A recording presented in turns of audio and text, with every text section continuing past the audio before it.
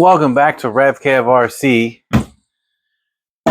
Those of you with eyes can see I got a little something here. Kind of a big something, actually.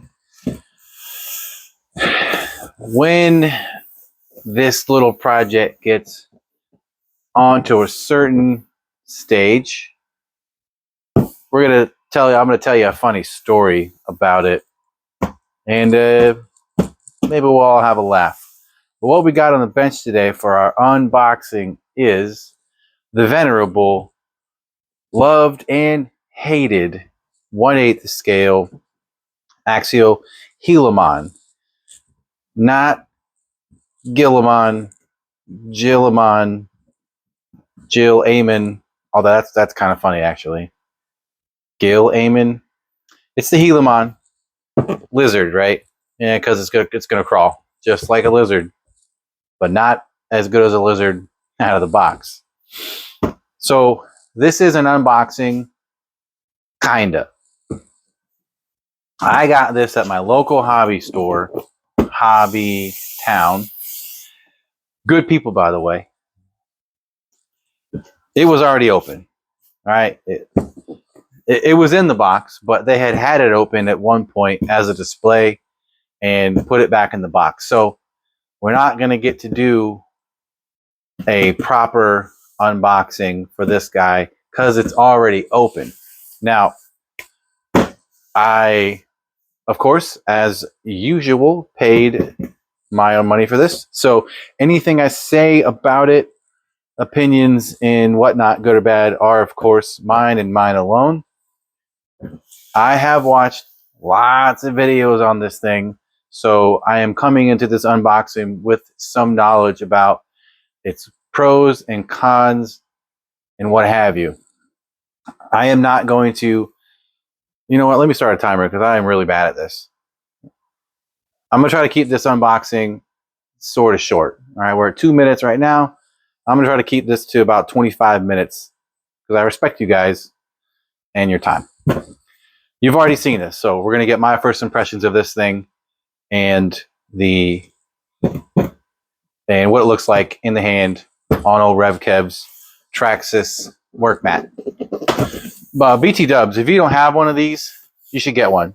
Hobbytown has their own branded one. This is just fine. This is what they had a long time ago when I got this. But this will prevent your screws from bouncing off into outer space when you drop them. Usually. All right, enough on that. This has got Spektrum electronics. Reports from other YouTubers say they are okay. They are serviceable. The gearing and the motor size is just fine. Now, it does come with a 3-channel remote, which is the minimal that you need to run the function here. It has axial select drive so that you can, they call it a cutting brake. And I had to learn about cutting brake because apparently that's a real thing in 1-to-1 size crawlers and like competition buggies. But in any case, you can lock one wheel and power the other wheel so as to make tighter turns. It's like dig, but maybe better, maybe worse. The consensus is it's potentially worse, but we'll see. I am intrigued by it nonetheless. I did not buy one of these when it first came out because I thought, well, that's just a big Capra. Why would I buy that? I already have a Capra. I already have baby Capra, you know, the 18 scale, and I have a 10 scale that are both built really nicely.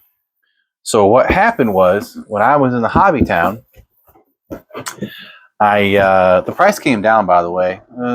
These retailed when they first came out at like $580 something maybe, and now they're $529. And they had a sale recently, so you could have got this for way, way, way less. Anyway, when I was in the Hobby Town, I saw this box and they had one. I said, oh, shoot. And I looked at it and I noticed that this was already cut. So I said, well, this is already open. I'd never seen one in person. It was already open. So I said, well, let me see it. I've never seen one. So I pulled this off. It was this exact same one. And, you know, I started looking at the pictures and things like that. And I was like, all right, well, let me just look at it. And things went as you probably are expecting me to tell you they went. And I opened it. And I looked at it through all the cardboard.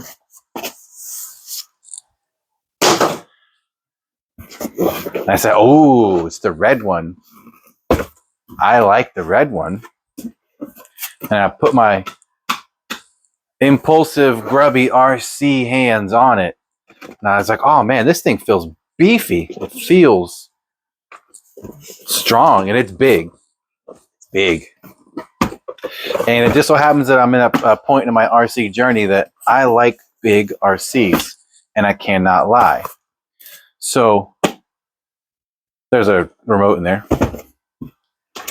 So I pulled out of the box, got to looking at it, got to studying it, and I'm just seeing if the shocks are leaking. A lot of people had leaky shock issue. I'm just kind of rubbing the shaft down. That sounds bad. And seeing if they're slippery. But pulled it out, and I just noticed how a little bit shiny. If you can see that. A little bit of glisten. That's apparently Axial is notorious for leaky shocks. I didn't know that. But there are solutions for everything, usually. But I got to poking at it and touching it, and I noticed a few things. Number one, it feels sturdy. It feels substantial. It feels ready to have some fun with.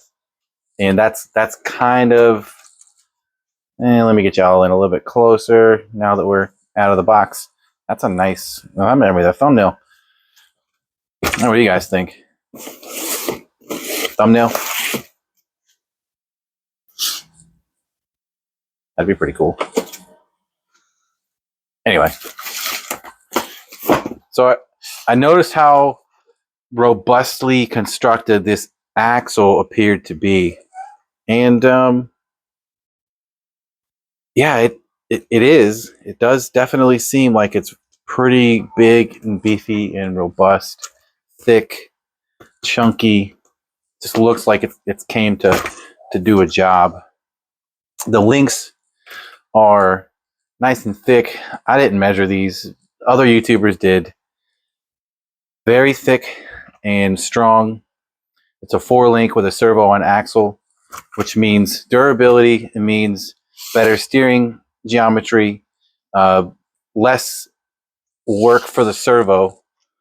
So a servo like the type that I really like, the Power Hobby 760, which is almost certainly going to go in here, will power this thing very, very nicely. I am going to put a Fusion 8 in this. That is already over there. Right over there. So I'm going to put a Fusion 8 in this. And that is what most people are doing. Seems like a good idea. And I have a Fusion 8 in my JK07. Man, this thing's been in the box forever because these tires have a ridiculous flat spot. So I'm gonna do this thing up. I'm gonna do it good. Oof. Yeah, you can hear the shocks have leaked quite a bit. The back is worse than the front. You can hear the air. I am going to be copying a number of things that I have seen people do because it's just smart. As far as like setting this thing up. So to give credit where credit is due, unless and until I upgrade these shocks, I'm going to run them upside down to help prevent some of the leakage. I am also going to take them apart and put in some slime. This stuff. This You put this down here by the O-rings and basically pack the joint down here where you got moving parts with this stuff, and it helps prevent things from leaking. I've used that a number of times. It's fairly well known in the RC community that that's what this does, and it does work. It also works pretty well if you have shocks that are not oil capable. You can use this as a grease that doesn't drip everywhere and melt and make a mess. It will give your screw piston in your non-oil capable shock some dampening capability. So I will take these apart, do the slime, fill them back up, run them upside down. Also, and that was an idea from, not the grease thing. He suggested getting different O-rings, but I'm going to try to do it without having to spend money on that. So that was his idea, was to just run them upside down, refill them. But I'm going to do the grease and run them upside down and see if that solves our leaking problem. They don't actually seem to be leaking that bad. They're definitely leaking though, like all of them. You can see the wetness there. So that is a thing. This thing has been sitting for quite some time, I think, and but we're gonna fix her up. Also, what Crawler Canyon said. I'm not obsessed with him. I think he's funny and he has good videos. Shoot, what was I saying? It'll come to me, probably. The tires. We already know, if you watched videos on this, if you're watching my video, you probably already watched somebody else's video. The tires on this apparently suck. I'm going to give them a try just to see for myself.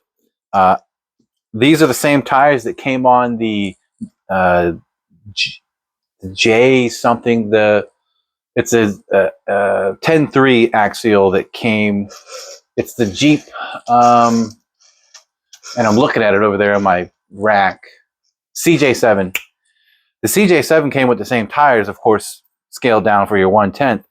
And I thought those tires worked really well. I never swapped them out. They're scale. I like scale. But apparently on this RC, in this application, these just don't cut it. So I have got some tires already, and I've already got some silicone inserts for them that I'll be swapping onto here after I see for myself just how awful these tires are.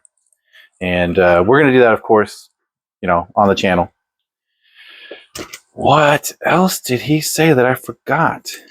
I am on the struggle bus today.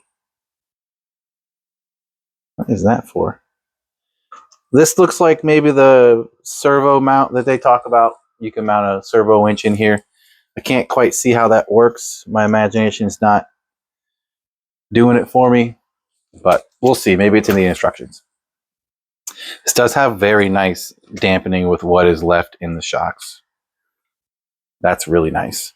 Oh yeah, he definitely talked about how robust these drive shafts are, and they really are. These look very similar to what came on the Losi Rock Ray that ran. They look identical to the Rock Ray, and that was, of course, a speed car and pretty durable. So I think these are going to be fine.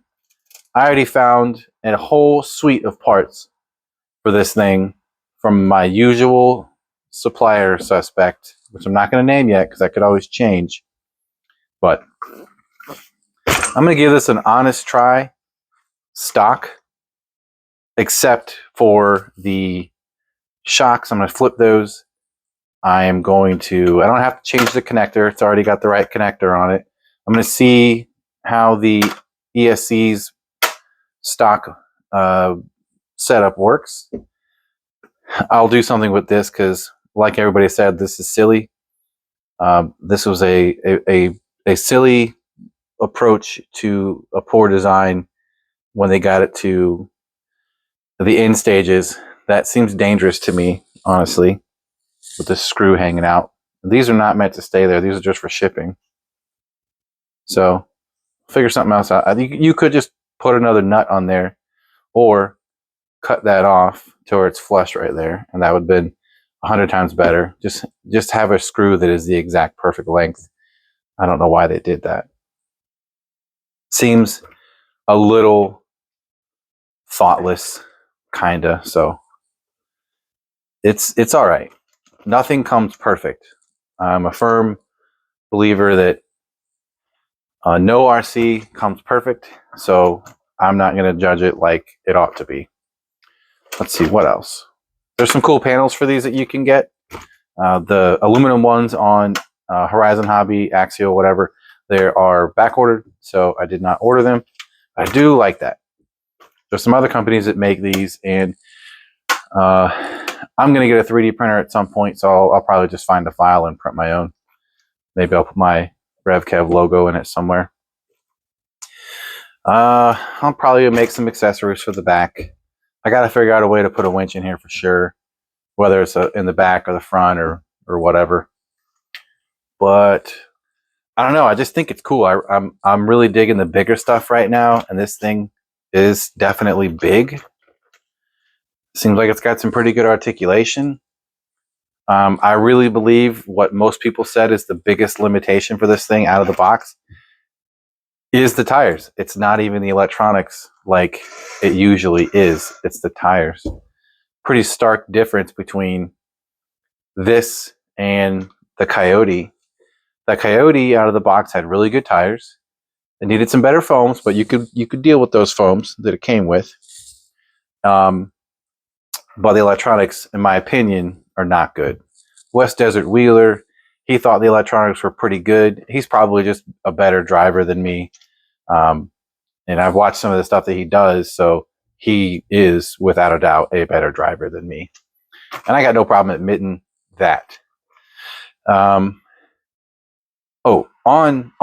West Desert Wheeler, he mentioned, oh yeah, the position of these rock lights are goofy.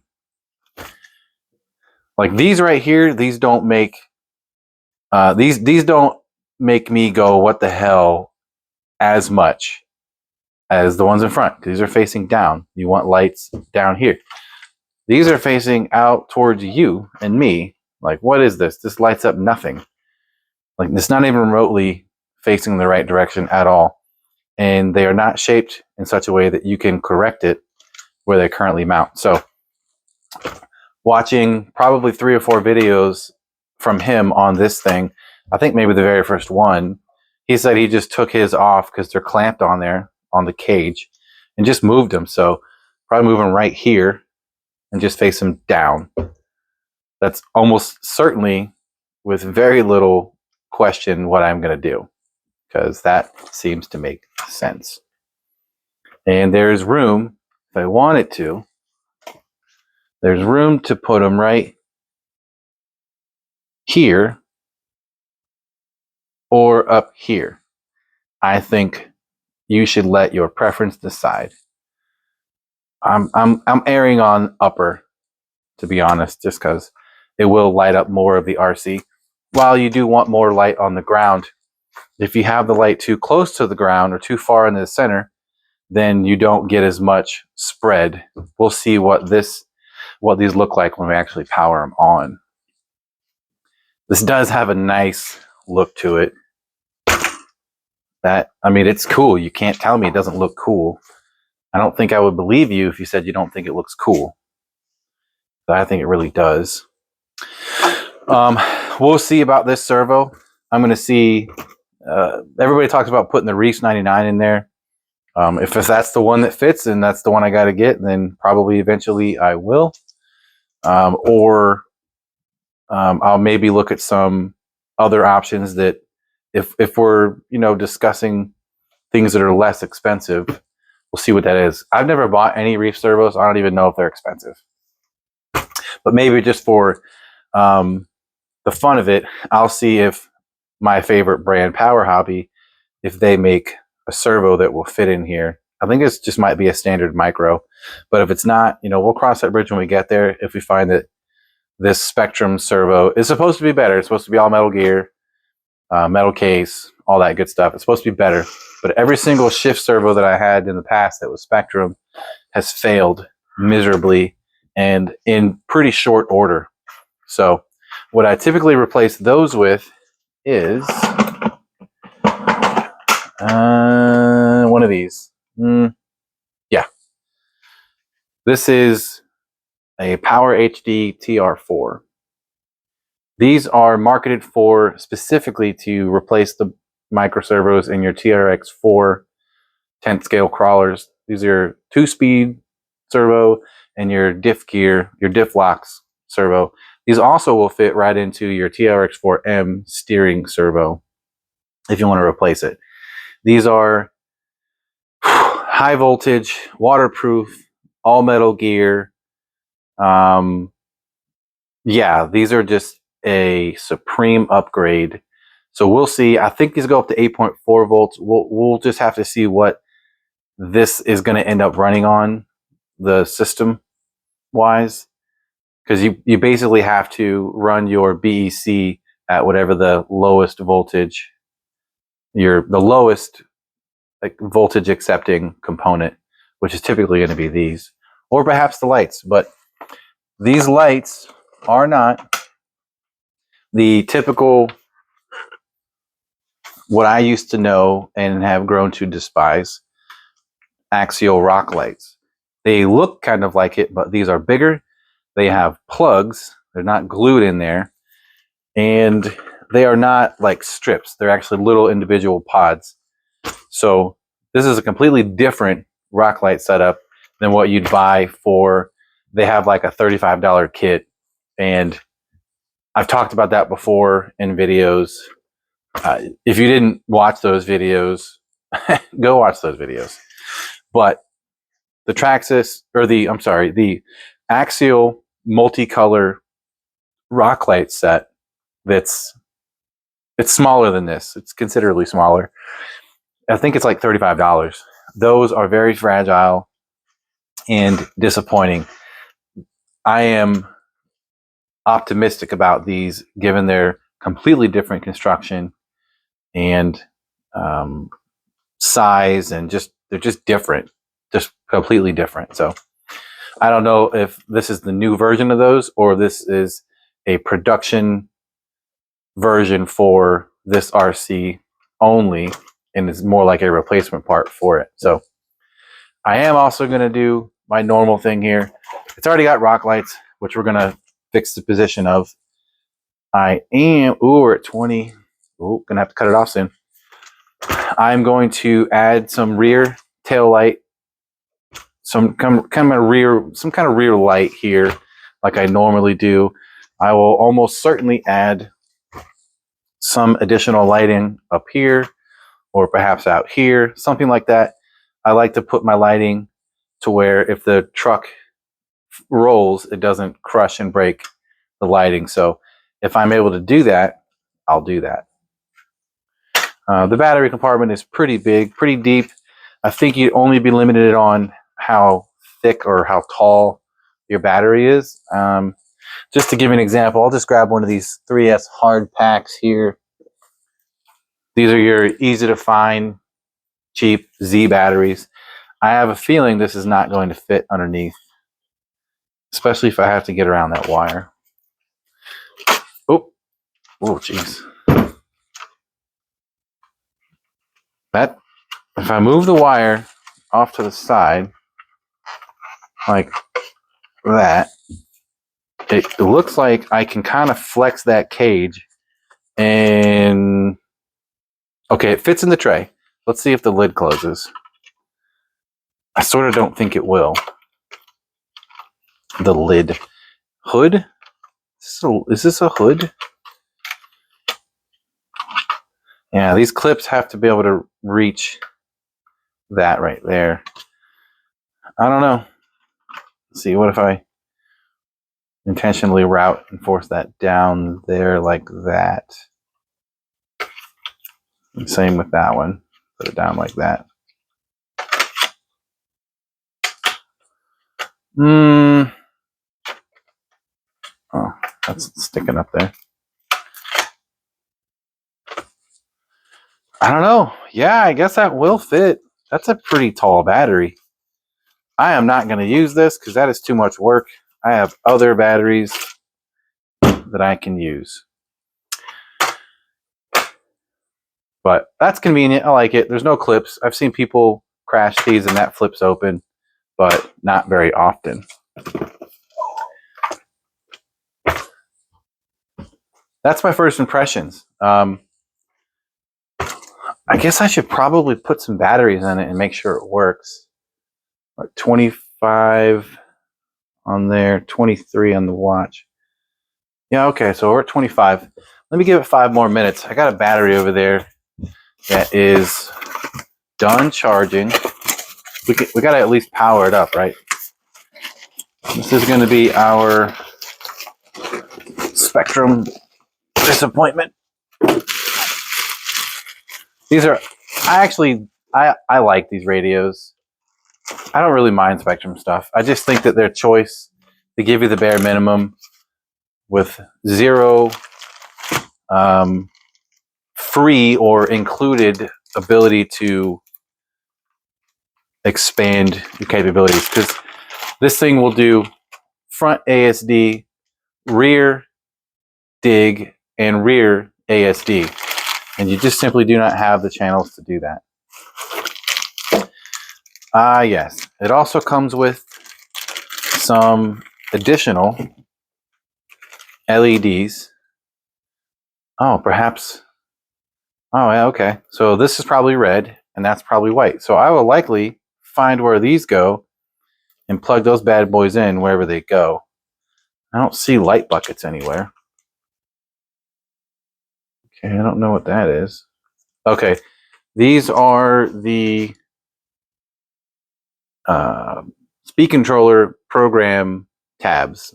So on the speed controller, there'll be tabs where you can choose what kind of battery or your drag brake rate and all that good stuff. Came with batteries. It did come with a, that's cool. They give you the 23 spline metal. Feels like steel. They're pretty good about giving you a steel servo. I guess servo horns. I guess if we went back in time and we had a 23 spline where you had one left over, you could use it. But we're not doing that. What else is in here? We got an advertisement to buy more stuff. We got a poster and we got a manual. All right. That's just fine. Let me get this stuff out of the way.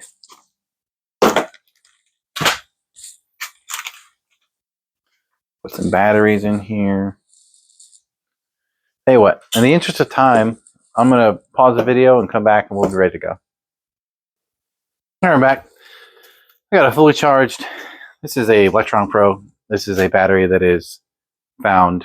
You can probably buy them online, but I've only ever seen these at Hobbytown. So is this off pack? It's 3S. We got a 50C. Yeah, 5200. This is going to slide right in there with no problem. Good bit of room. See if I can work this in here. It is his IC3. So try to get as much of that. Tell you what, maybe this is an even better way to do it. Shove all that in there like that.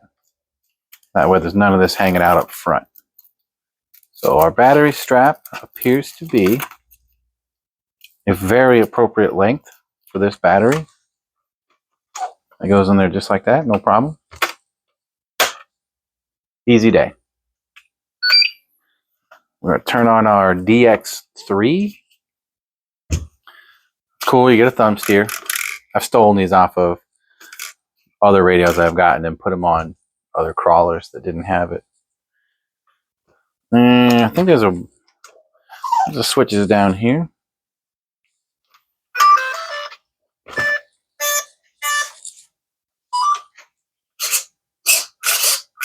Good steering throw.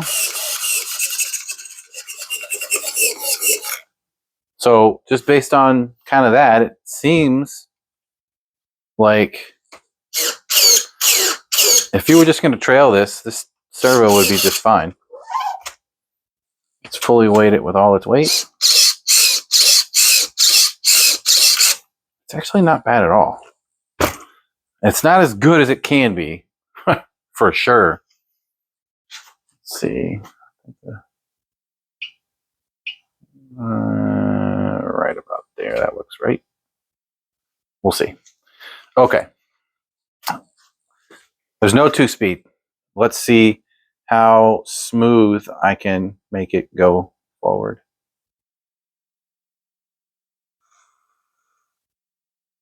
All right, that's not that bad. It actually seems a little bit more control going backwards. Somehow, backwards feels like it's got less jump. Almost certainly because it's been programmed to have probably 25 or 50% reverse speed and power and all that. Throttle trim. Okay, that was already correct. Steering rate. This is where AVC is normally. Just change that and see what we get. Yeah, that does work. Steering throw is actually pretty good. Let's see. Does it go lock to lock? I'm looking to see if the steering knuckles are bumping into the hub. And it looks like it just might be. In a strange turn of events, it steers more to the left than the right. It's usually the opposite. Probably something to do with the steering on axle, servo on axle thing we got going on. All right. What else? Move the camera back down. ASD. So we're going to see which one's which. Let's turn driver. We'll push the downward button. That locks the outside wheel. Okay. So down is right and up is left.